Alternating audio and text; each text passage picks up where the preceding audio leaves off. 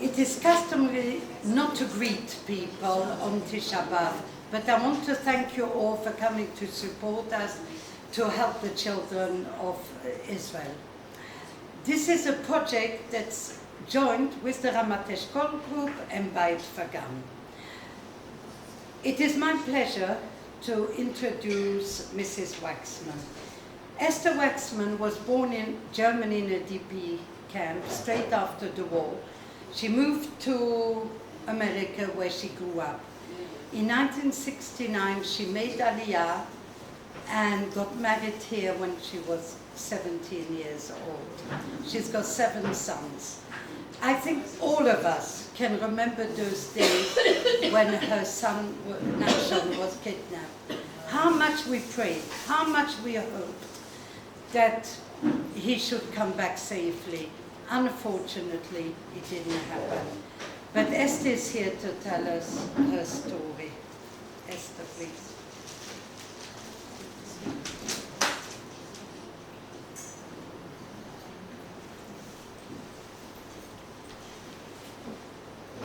As Gigit said, it is not customary to greet you on Tisha B'Av. I shall raise my voice. I did teach for 28 years in a classroom like this, so I think I made myself heard. But I do want to thank you for coming and listening to me. You are the people who were with me 21 years ago when we lost our 19-year-old son, who will always be 19, Nachshon. The speech has been entitled, Reaching Beyond Limitations. I don't think there's anybody here who has not at some point in his or her life reached beyond limitations. It is the way of life. Unlike Nachshon's death, which was not the way nature intended, we mourn our parents. We are not supposed to mourn our children. In any case, not only that event was beyond any limitation that I could have imagined, it started way before that. No, I was not 17 when I got married. Sorry about that. I came to Israel, yes, at the end of 69 and got married in 70 at the age of 22. I was born to parents who were Holocaust survivors. I came to America when I was 2 and grew up there, was educated there, and was even somewhat of what we used to call a JAP, which stands for Jewish American Princess. I had everything that any girl could wish for, but I paid a price. You see, to my parents, I was the great white hope. I was born after they lost their entire families. I was the girl who was to continue the Jewish people. I was meant to be perfect in every way. I was obedient. I was meant to be pretty, popular, get the best grades in school, obey my parents. And you know what? Maybe that was the first reaching beyond the limitation, because I did it all. I felt that, I could say burden, because it is a very tough burden for a young girl to carry, to know that she herself is the hope of Judaism. My friends in elementary, high school were mostly from American families. Very few were immigrants, as we were, speaking Yiddish at home.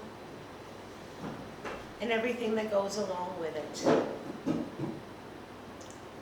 All in all, that perfect little girl became a quite ordinary woman, wife, mother, teacher in Israel, and I am here and known in this country and abroad, where I speak extensively, from Toronto to Australia, for the sole reason that I am Nachshon's mother. I know, I knew, I realized, I still do, that our personal tragedy became the tragedy of the Jewish people. Our son, Nachshon, has become everybody's child, brother, relative, friend. And I have become, unwillingly, a symbol of the mothers of Israel. A mother who has been called upon to make the greatest sacrifice and to cope with a tragedy that no mother should ever have to cope with. I will talk about coping, adjusting. More than that, more than reacting, proacting, both for my own sake and for the sake or the answer to the strength that all my people gave me.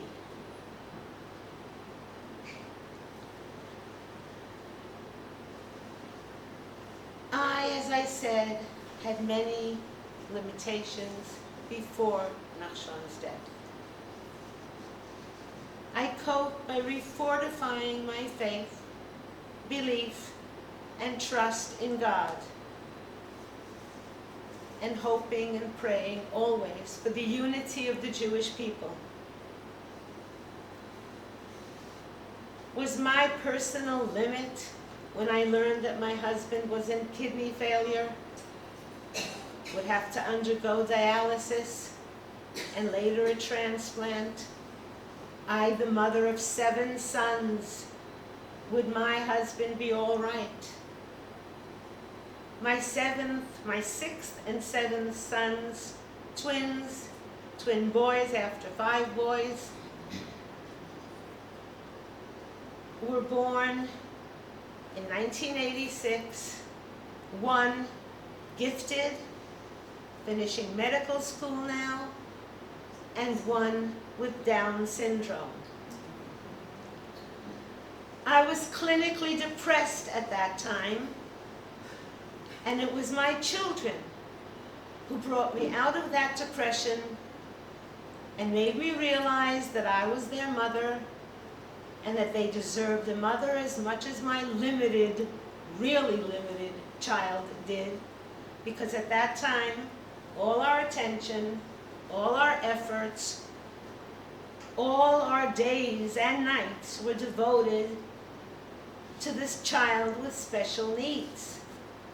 And I could say at the expense of his brothers sometimes.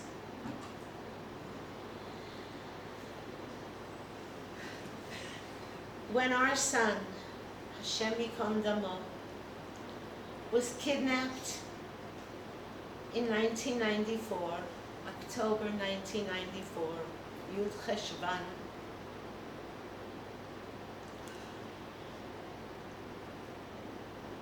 I'll tell you a little bit about what happened then, even though most of you probably know it all. Nachshon was in an elite commando unit of the IDF because he had to outdo his 2 older brothers who served in Golani. So he was going to be more than just a soldier in Golani. He was volunteered for Orev Golani, a very prestigious unit, which his brothers said he'd never get into. He was not a 6-foot, big, strapping young man, but rather slight, not as tall as the others in that unit. He was in Lebanon and came home for a leave for 1 week, Friday just before Shabbat. On Saturday night, he got a phone call from his unit saying that he and a fellow soldier had been selected to undergo a course up north in Yokneam. They would be taught and licensed to operate a piece of machinery, I'm still not supposed to say the name of it, that Golani would be using. He left late Saturday night to his friend who lived in the center of Israel, and they made their way north. His last words to me, besides what I heard on that horrendous tape, were, "I will see you tomorrow night." Sunday night he was to return with the license. Sunday night came, very late. Our son had not returned. I, as I told you earlier, perhaps because I was a child of Holocaust survivors, made sure, and it was so, that any time my children were to be delayed or had a change in plans of any sort, they called. They called their mother. When we informed Tzahal that our son had not returned, they, how shall I say it, sort of mocked me. I was sort of amused by the worried, concerned Jewish mother. Her son is late. And they took the tack that he had probably gone off to a lot or some such place because he was on leave. It was very hard for me to explain to them that this was not a possibility without telling his mother. They searched his room for what they thought might be love-lorn letters. I told them this too was not a possibility. He would not have harmed himself over some unrequited love. He was 19 and was not even going out with girls at that point. He was in a youth movement, Ezra. He was a leader. He was a leader everywhere, in his school, in his youth movement, and in the army, where they all used to call him baby. But he was the one who smilingly and with the highest possible morale got them through hard times. When they complained that they hadn't been home for X time and it was all so difficult, he would smile and say, "This is what we're here for. You'll be home soon. Let's do this the best we can." They all come for the last 21 years to his yurtzeit, as do his classmates and youth movement mates. Today is Tisha B'Av, and you are all familiar with the book of Job, and you know about his suffering, and you know about his friends' attempts to comfort him, and their assumptions that he must have in some way sinned or done something wrong to have such horrors inflicted upon him. Job continued to say he had never sinned and that he believed in God, and God indeed told him that his friends were very mistaken.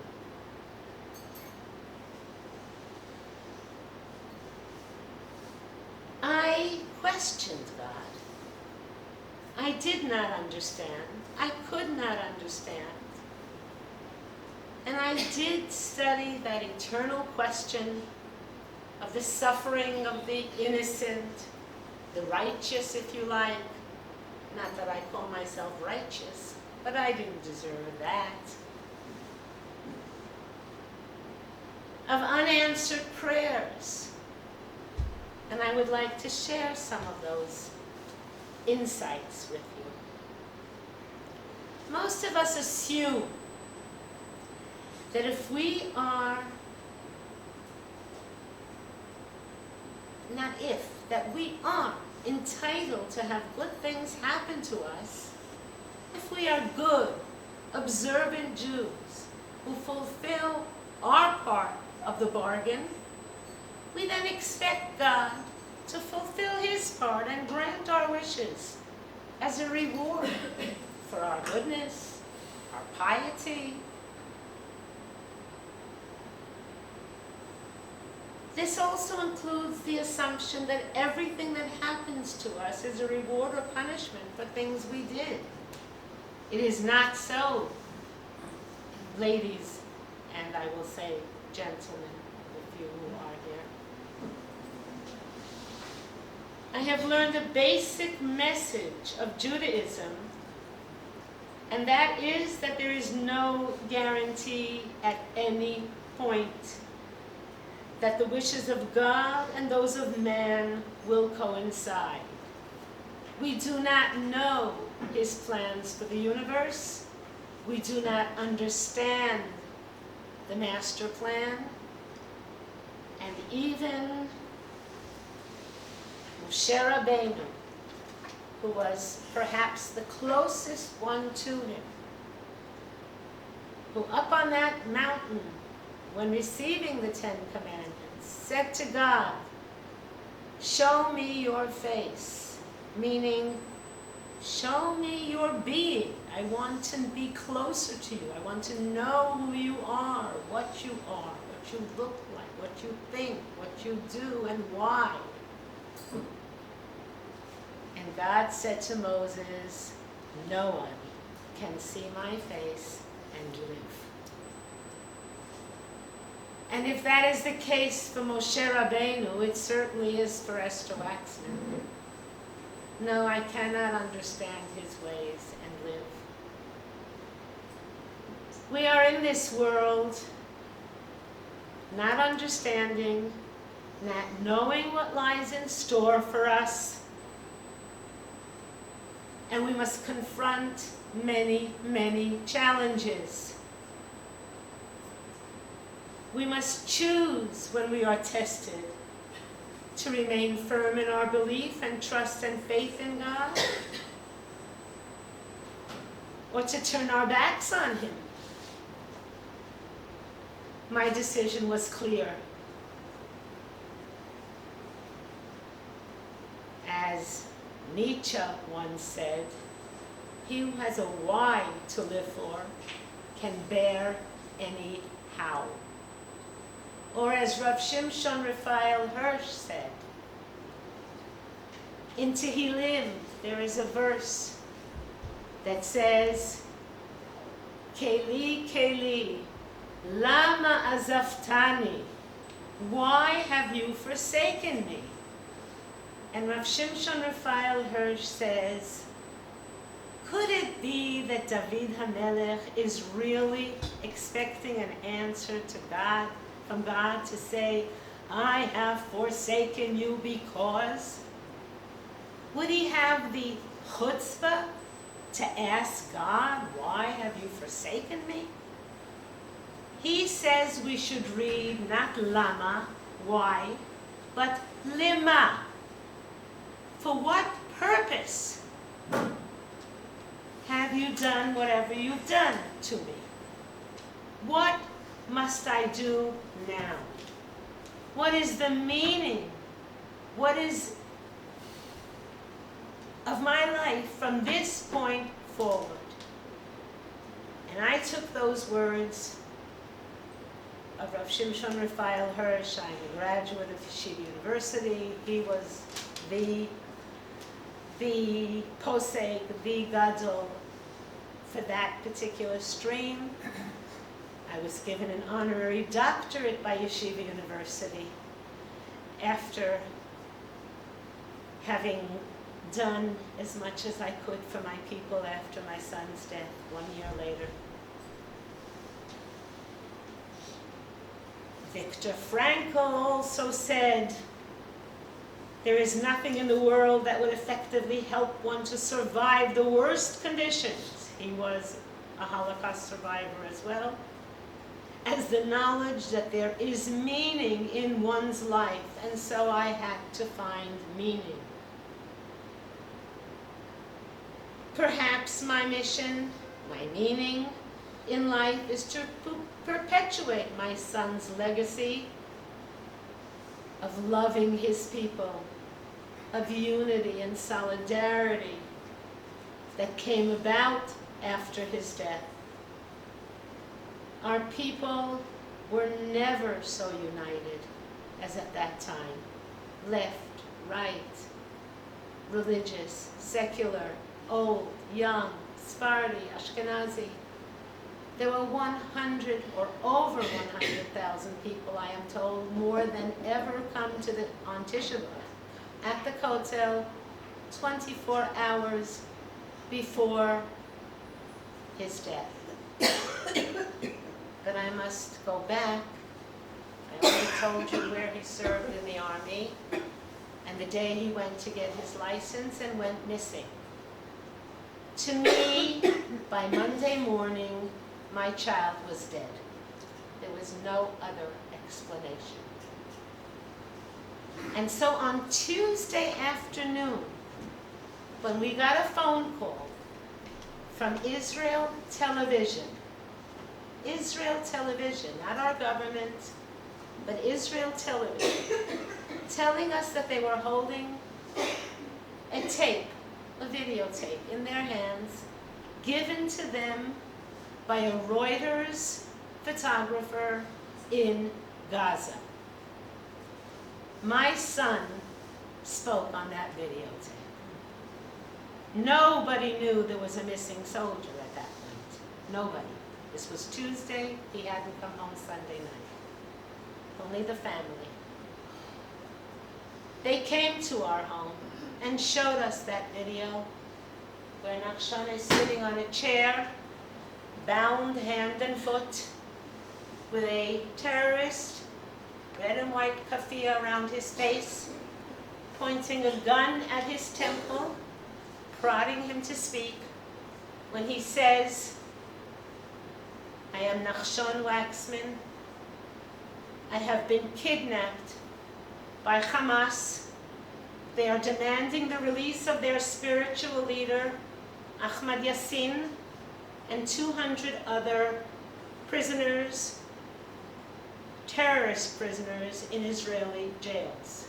If you do not meet their demands, Prime Minister Rabin, on Friday at 8 p.m., they will execute me. This was the first time anything like this happened. Yes, there had been terrorist actions. Yes, soldiers had been kidnapped and killed immediately. Nobody was held for 6 days. Nobody was threatened with annihilation, with demands that must be met at that time. While the entire nation and the entire world were horrified by that tape and willing to do anything and everything to get him back, I was relieved. My son, who to me was dead, was alive, speaking on a tape, and we were now going to do everything in our power to bring him home. And we did. I spoke to Prime Minister Rabin, who told me in no uncertain terms that he would never negotiate with terrorists, nor yield to ultimatums. I I spoke to President Clinton. My son did have American citizenship through me, though he had never been there. President Clinton sent his Secretary of State, Christopher, to this area. He traveled back and forth from Gaza to Jerusalem to bring us whatever news he could. But there was no news. There was no news, and Yasser Arafat phoned my home. He spoke to me and said, "If Nachshon is in Gaza, I will leave no stone unturned to find him and return him to you." Now, lest you think that we're speaking of some great tzaddik, let me remind you that on that Friday of the ultimatum where they were going to kill my son, that Friday morning, it was announced that Prime Minister Yitzhak Rabin, Shimon Peres, and Yasser Arafat were to receive the Nobel Peace Prize. So I believe that Arafat was highly motivated to return my son. Peres called my son collateral damage. Rabin said, "I don't want a peace prize. I want my soldier."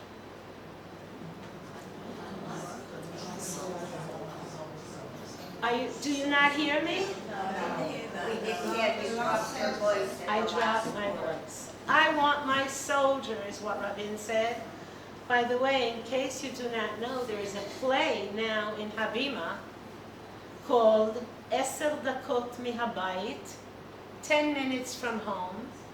The play has a few actors on stage, but the play revolves around Yitzhak Rabin and Esther and Yehuda Wachsman. In that play, the whole scenario of Rabin's getting the news and his decisions, and then his sole decision, after all our prayers, after asking all women to light an extra Shabbat candle, after everyone on 2 hours' notice, hundreds of thousands of people coming to the Kotel to pray for him, the same number that were at his funeral Saturday night after Shabbat, boys with ponytails and earrings, my students. I taught at the Hebrew University High School. And men in kapatas and tzitzit and black hats, all swaying and praying and crying side by side, side by side.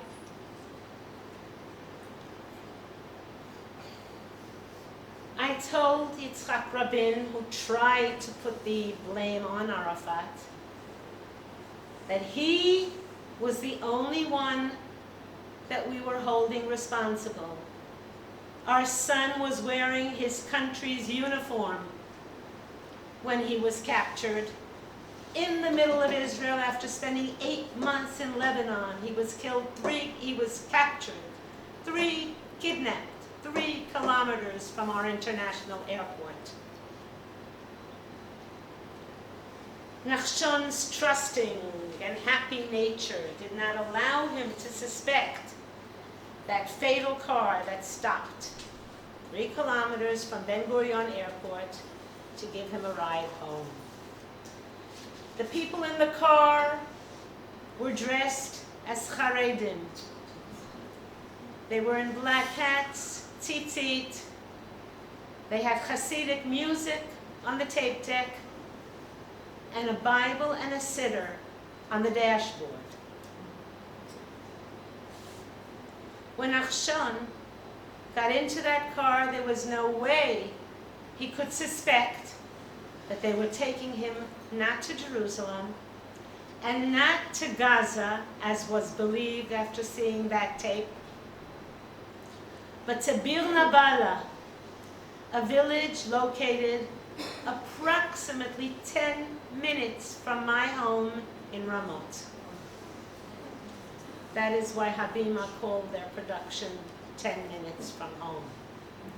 Because Rabin, because Nachshon was in that home 10 minutes from my house, and because Rabin, 1 year later, exactly to the day, to the date, and to the time of Nachshon's murder, of Nachshon's Levaya, Saturday night, Yud Aleph Cheshvan, 11:50 p.m., 1 year later, Rabin was assassinated. I don't believe in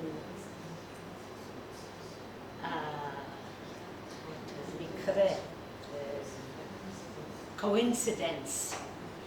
One of my other sons once taught me there's no such thing as a mikre, mem kuf reish hey.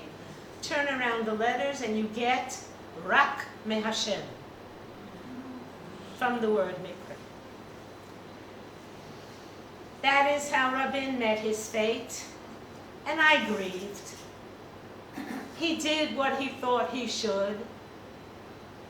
It is understood in Israel, and he told us this.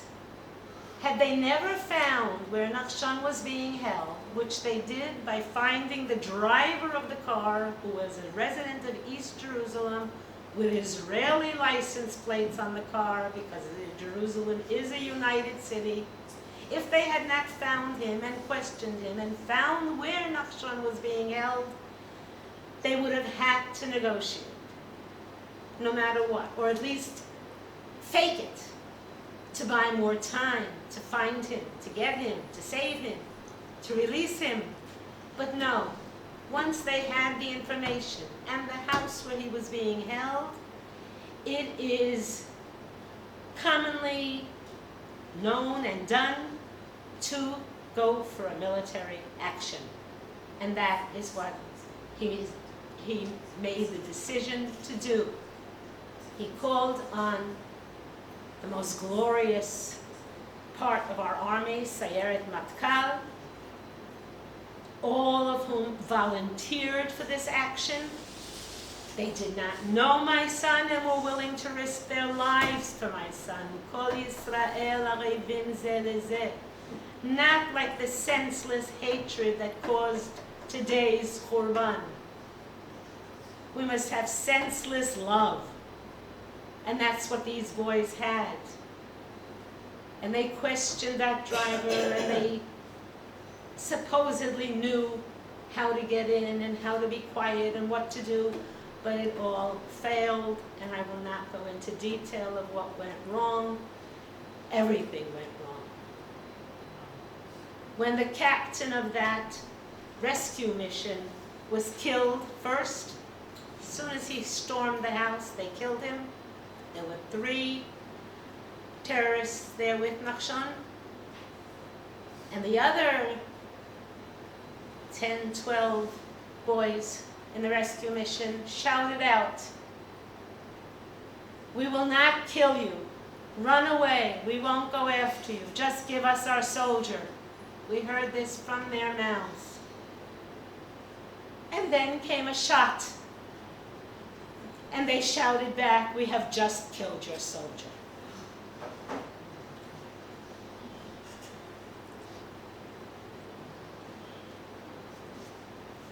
As I said, on Saturday night, before midnight, we buried our son. And what was my husband concerned with at that time? And everybody remembers this too. And I will repeat it because it bears repeating. So many people who had never prayed before prayed. The chief rabbi had asked every school child to recite 3 prakim from Tehillim. The head of the police department was in my home at that time with the chief rabbi. And as soon as he made that request on radio and television, the chief policeman's wife called my home, or called him, I don't think we even had cellular at that time, 21 years ago, called her husband and said, that book that the chief rabbi said we should read from or pray from, please bring that book home. And so it was in all the Mamlachti schools. The Board of Education bought hundreds of Sifrei Tehillim and gave them out to all the Mamlachti schools, and everybody prayed. And my husband was concerned that there would be a crisis in faith. All those people who had never prayed before, women who had never lit Shabbat candles, who did so that Friday night at my request. They would say, God does not listen, God does not hear, prayers don't mean anything. And so he asked Nachshon's Rosh Yeshiva, because he said he could not speak, he could not give a eulogy, he was too broken. And so he asked that Rosh Yeshiva to please say in his name, I, as a father, would always like to say yes to whatever my children ask of me, but I cannot.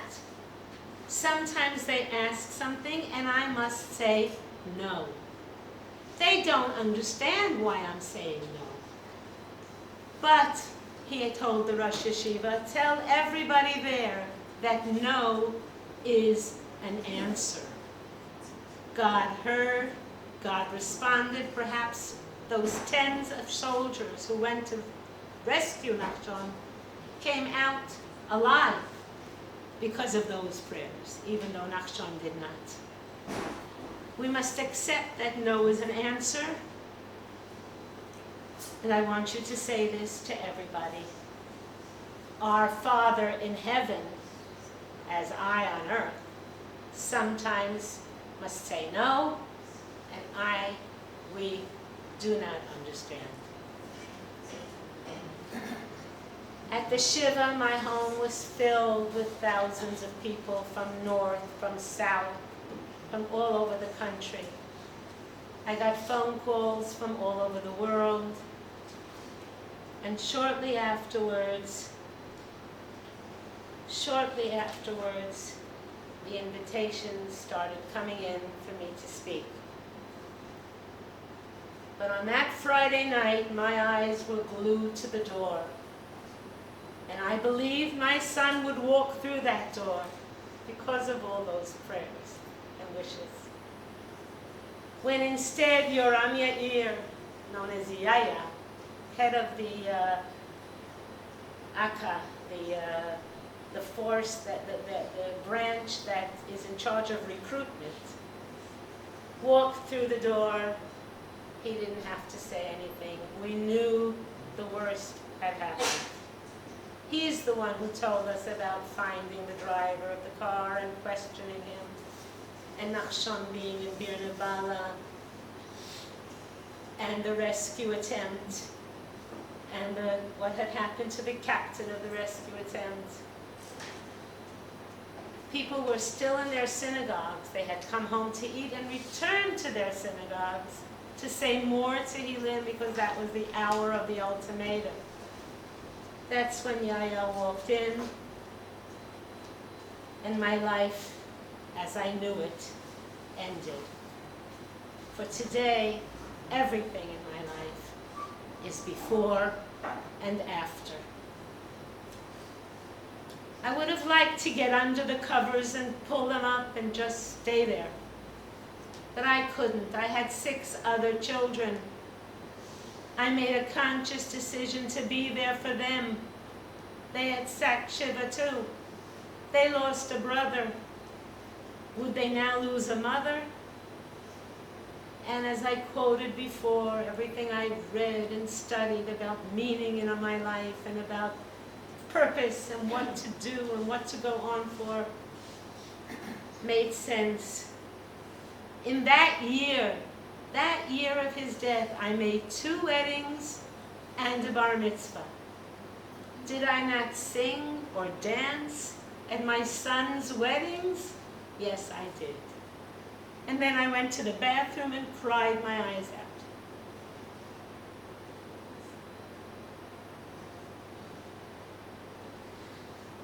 It is my faith and belief and trust. And these are three different things which are a subject for another speech. Faith, trust are not exactly the same. But if Nachshon's mission on earth was to bring about that unity, solidarity, and love among our people, that caring that I still feel here in this room, then he accomplished more in his 19 years than many do in 90. You mourned with me, you prayed with me, you hoped with me, you mourned with me, you comforted me. And whereas governments and policies come and go, the Jewish people endures forever. And I have the greatest of love for my land, my people, and my Torah, which are the principles upon which this organization live. Am Yisrael, Be'eretz Yisrael, Al Pi Torat Yisrael. That is this organization's motto, and those are the words by which I lived. And I will conclude by saying, as we have seen sorrow, grief, mourning, so may we see rejoicing, happiness, and comfort, and Geulah Shlema. Thank you.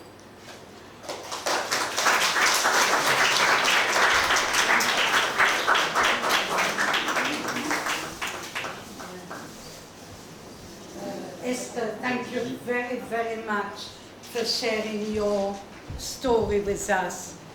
May you only know Nachat now from all your children. We've got 5 minutes break before